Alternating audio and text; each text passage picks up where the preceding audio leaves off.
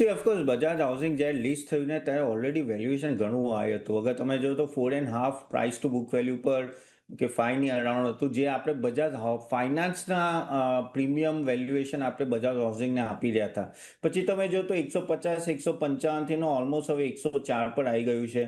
અને ખાસું એવું વેલ્યુએશન પણ ડાઉન આવ્યું છે. હજી પણ એટલો સસ્તો ના કહેવાય, મોંઘો જ છે. પણ જે એમનું ગ્રોથ રેટ છે એ લગભગ 20-25% ગ્રોથ થતું આવ્યું છે, અને આગળ જઈને પણ રહેશે એવું ગ્રોથ રહેશે. અને લોન ડિસ્ટ્રીબ્યુશન પણ આખર સારું રહેશે. ઓફકોર્સ ઇન્ટરેસ્ટ રેટ કટ આવશે એટલે એમને નેટ ઇન્ટરેસ્ટ માર્જિનમાં ફાયદો થશે.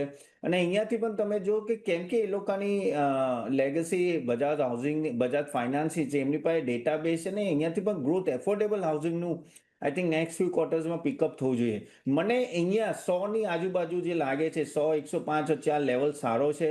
અગર કોઈને લોંગ ટર્મ માટે એન્ટર કરવું હોય તો, કેમ કે વેલ્યુએશન મને લાગે છે આઈ થિંક ઠીકઠાક ઓછું થયું છે. આ બહુ બહુ નીચે નહીં આવી શકે, કેમ કે એક પ્રીમિયમ આને રહેશે. અને ઓફકોર્સ આ બ્લોક ડીલ થઈ રહી છે, એના માટે અગર આ વીકનેસ પણ આવે કે કંઈ પણ, આઈ થિંક એક સારી રેન્જ છે ધીરે ધીરે એક્યુમ્યુલેટ કરવાની. પણ પેશન્સ રાખવું પડશે. આઈ થિંક 2-1 વર્ષમાં આઈ થિંક તમને 1-2 વર્ષનું અગર હોય ટાઈમ તો આઈ થિંક રિટર્ન સારું આપી શકે એમ છે.